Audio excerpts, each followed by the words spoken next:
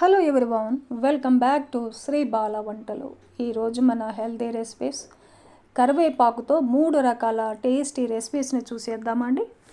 కరివేపాకులో రాగి, భాస్వరం, ఫైబర్, కార్బోహైడ్రేట్లు, మెగ్నీషియం, ఇనుము వంటి పోషకాలు పుష్కలంగా ఉంటాయి. ఇవి కొలెస్ట్రాల్ స్థాయిని తగ్గించి గుండె వ్యాధులు రాకుండా కాపాడుతుంది. విటమిన్ ఏ ఎక్కువగా ఉండడం వల్ల కంటి చూపుని మెరుగుపరుస్తుంది.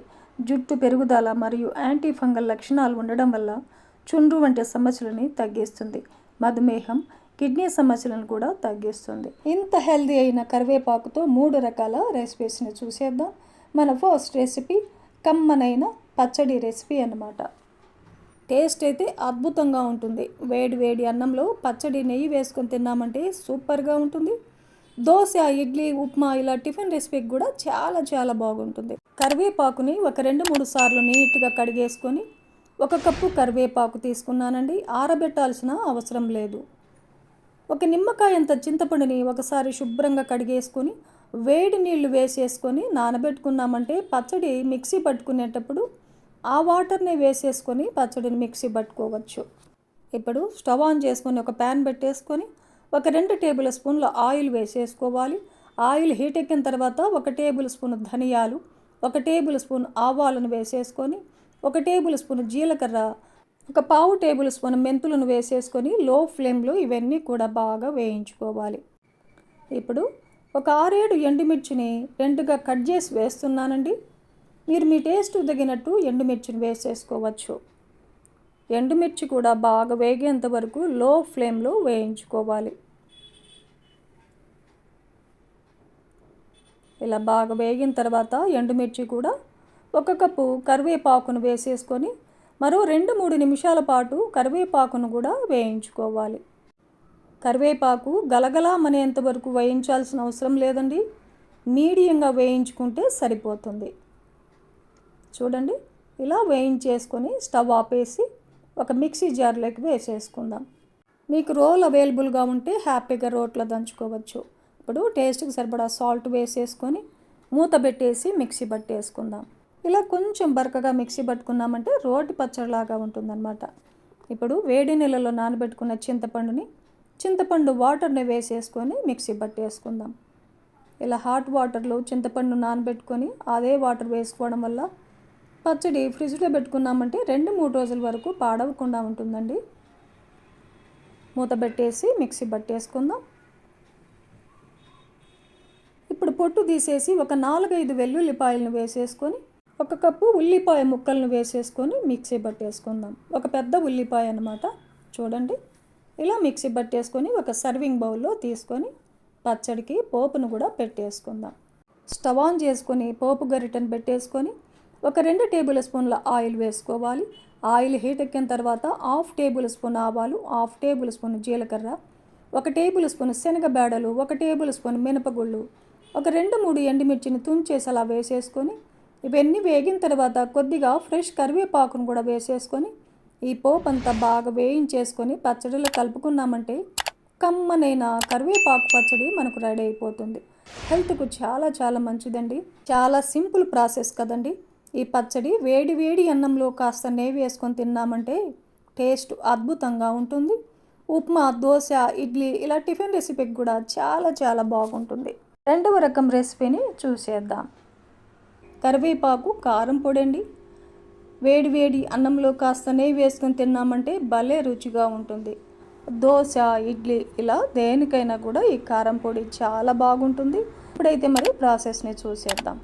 కరివేపాకుని ఒక 2-3 సార్లు నీట్గా కడిగేసి నీడలోనే ఒక అరగంట పాటు ఆరబెట్టుకోవాలి. ఇలా నీడన ఆరబెట్టిన 1 కప్పు కరివేపాకు తీసుకున్నాను. ఇప్పుడు స్టవ్ ఆన్ చేసుకొని ఒక ప్యాన్ పెట్టేసుకొని ఒక 2 టేబుల్ స్పూన్ల ఆయిల్ వేసాను. ఆయిల్ హీట్ ఎక్కిన తర్వాత ఒక 2 టేబుల్ స్పూన్ల శనగబేడలు వేసేసుకోవాలి. ఒక 3 టేబుల్ స్పూన్ల మినపగుళ్ళు వేసేసుకుందాం. ఇవన్నీ మీడియం ఫ్లేమ్లో వేయించుకోవాలి. మంచి అరోమా వచ్చేంత వరకు వేయించుకోవాలి. ఇలా మినపగుళ్ళు, శనగబేడలు సగం వేగిన తర్వాత ఒక 3 టేబుల్ స్పూన్ల ధనియాలను వేసేసుకొని వేయించుకుందాం.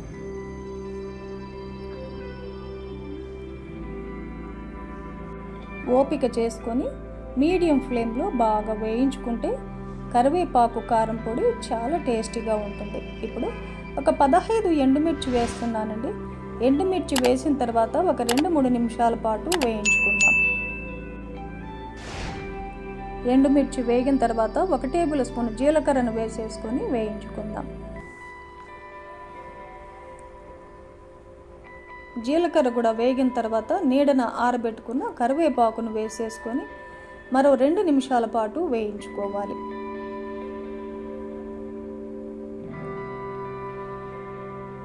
ఒక చిన్న నిమ్మకాయ అంత చింతపండును కూడా వేసేసుకొని వేయించుకుందాం. మీడియం ఫ్లేమ్లో ఇలా కలుపుకుంటూ కరివేపాకు వేసిన తర్వాత ఒక 2-3 నిమిషాల పాటు వేయించేసుకొని స్టవ్ ఆపేద్దాం. ఇవి పూర్తిగా చల్లారనివ్వాలి. పూర్తిగా చల్లారిన తర్వాత మిక్సీ జార్లో వేసేసుకుందాం. టేస్ట్కి సరిపడా సాల్ట్ వేసేసుకొని ఒక 1/2 టేబుల్ స్పూన్ పసుపును వేసేసుకొని మూత పెట్టేసి ఇలా మెత్తగా మిక్సీ పట్టేసుకోవాలి. రోల్ అవైలబుల్గా ఉందనుకోండి, హ్యాపీగా రోట్లో దంచుకుంటే కరివేపాకు కారం పొడి ఇంకా టేస్టీగా ఉంటుందండి. ఇప్పుడు మనకు కమ్మనైన కరివేపాకు కారం పొడి రెడీ అయిపోయింది. ఒక సర్వింగ్ బౌల్లో తీసుకుందాం. ఈ కరివేపాకు కారం పొడి ఇడ్లీ, దోశ, పొంగనం దోశలకు కానీ వేడి అన్నంలో కాస్త నెయ్యి వేసుకొని తిన్నామంటే ఇంకా చెప్పనక్కర్లేదు. టేస్ట్ చాలా బాగుంటుందండి. చాలా సింపుల్ కదండి. కరివేపాకుతో 3వ రకం రెసిపీ కమ్మనైన లంచ్ బాక్స్ రైస్ రెసిపీ అన్నమాట. టేస్ట్ చాలా బాగుంటుంది. 10 నిమిషాల్లో ఈ హెల్దీ లంచ్ బాక్స్ రెసిపీని ప్రిపేర్ చేసుకోవచ్చు. మరి ఇప్పుడైతే లేట్ చేయకుండా ప్రాసెస్లోకి వెళ్ళిపోదాం. టేస్టీ లంచ్ బాక్స్ రెసిపీని చూసేద్దాం. కుక్కర్ పెట్టేసుకొని 1 కప్పు రైస్ వేస్తున్నాను. ఇవి నార్మల్ రైస్ అన్నమాట. బాస్మతి రైస్ అయినా తీసుకోవచ్చు. ఒక 2-3 సార్లు నీట్గా రైస్ను కడిగేసుకొని ఏ కప్పుతో అయితే మనం బియ్యం కొలుచుకున్నామో అదే కప్పుతో 2 కప్పుల వాటర్ వేసేసుకొని టేస్ట్కి సరిపడా సాల్ట్ వేసేసి ఒక 2 లేదా 3 విజిల్స్ వచ్చేంత వరకు హై ఫ్లేమ్లో కుక్ చేసుకుందాం. అన్నం రెడీ అయ్యే లోపల ఏ కప్పుతో అయితే మనం బియ్యం కొలుచుకున్నామో అదే కప్పుతో 2 కప్పుల కరివేపాకును తీసుకోవాలి. కరివేపాకుని ఒక 2-3 సార్లు శుభ్రంగా కడిగేసి తీసుకోవాలి. కొద్దిగా వాటర్ను వేసేసి మెత్తగా మిక్సీ పట్టేసుకోవాలి. మరీ ఎక్కువ వాటర్ వేయకూడదండి, రైస్ ముద్దగా అవుతుంది. చూడండి, ఇలా మెత్తగా మిక్సీ పట్టేసుకోవాలి. ఈ లోపల మనకు రైస్ కూడా రెడీ అయిపోయింది. 3 విజిల్స్ తర్వాత ఆవిరంతా పోయిన తర్వాత మూత తీసి చూసామంటే రైస్ మనకు పొడిగా తయారైపోయింది. ఈ రైస్నంతా ఒక ప్లేట్లో తీసుకొని పూర్తిగా చల్లారనిద్దాం. స్టవ్ ఆన్ చేసుకొని ఒక ప్యాన్ పెట్టేసుకొని నేను ఇక్కడ సగం నెయ్యి సగం ఆయిల్ వేస్తున్నానండి. ఒక 2 టేబుల్ స్పూన్ల నెయ్యి వేసాను, 2 టేబుల్ స్పూన్ల ఆయిల్ వేసాను. 1/2 టేబుల్ స్పూన్ ఆవాలు, 1/2 టేబుల్ స్పూన్ జీలకర్ర, ఒక 2-3 టేబుల్ స్పూన్లమైన వేరుశనగ గుళ్ళను వేసేసుకొని లో టు మీడియం ఫ్లేమ్లో వేరుశనగ గుళ్ళను దోరగా వేయించేసుకోవాలి. 1 టేబుల్ స్పూన్ శనగ బేడల్ని, 1 టేబుల్ స్పూన్ మినపగుళ్ళను కూడా వేసేసుకొని ఒక 2-3 టేబుల్ స్పూన్లమైన జీడిపప్పును కూడా వేసేసుకొని వేయించేసుకుందాం. ఈ పోపు అంతా బాగా వేగిన తర్వాత ఒక 4-5 పచ్చిమిర్చిని చీలికలుగా కట్ చేసి వేస్తున్నానండి. మీరు కారం ఇంకా ఎక్కువ కావాలంటే ఇంకా కొంచెం పచ్చిమిర్చిని ఎక్కువ వేసేసుకోవచ్చు. కొద్దిగా ఫ్రెష్ కరివేపాకును కూడా వేసేసుకొని వేయించేసుకుందాం. ఒక 2-3 ఎండుమిర్చిని తుంచేసి వేసేసుకోవాలి. ఒక 1/2 టేబుల్ స్పూన్ పసుపును కూడా యాడ్ చేసుకుందాం.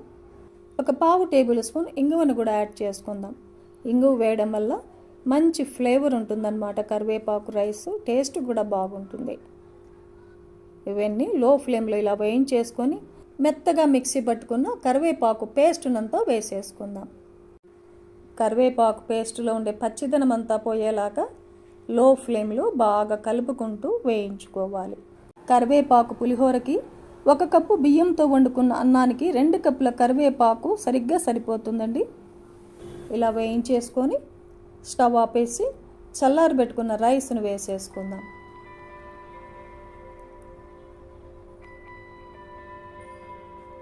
ఇంకొక 1/2 టేబుల్ స్పూన్ సాల్ట్ వేస్తున్నానండి. మనం రైస్ వండుకునేటప్పుడు సాల్ట్ వేసాం కదా, అది సరిపోదు, ఇంకొంచెం సాల్ట్ వేసేసుకోవాల్సింది. 1 టేబుల్ స్పూన్ లెమన్ జ్యూస్ వేస్తున్నాను. లెమన్ అయితే ఒక చిన్న లెమన్ పిండుకున్నామంటే సరిపోతుంది. ఇప్పుడు ఈ మొత్తాన్ని బాగా కలిసేలాగా కలిపేసుకోవాలి.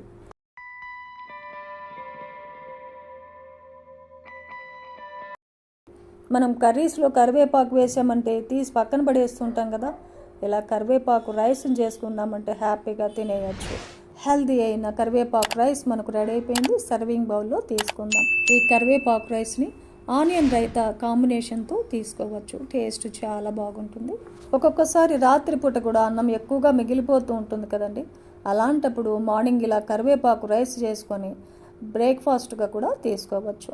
తప్పనిసరిగా వీక్లీలో ఒక్కసారైనా కరివేపాకు రైస్ని తీసుకోవాలండి.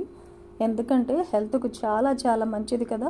చూశారు కదండి, 10 నిమిషాల్లో మనం హెల్దీ అయిన లంచ్ బాక్స్ రెసిపీని ప్రిపేర్ చేసుకున్నాం కదా. ఆరోగ్యానికి ఎంతో మేలు చేసే కరివేపాకుతో 3 రకాల టేస్టీ రెసిపీస్ని ప్రిపేర్ చేసుకున్నాం కదండి. మరెందుకండి ఆలస్యం, మీరు కూడా ఈ కరివేపాకుతో ఈ హెల్దీ రెసిపీస్ని ప్రిపేర్ చేసి ఫ్యామిలీతో టేస్ట్ చేయండి. ఈ వీడియో నచ్చితే లైక్ చేయండి, షేర్ చేయండి, సబ్స్క్రైబ్ చేయండి. థ్యాంక్ యూ అండి. Thanks for watching.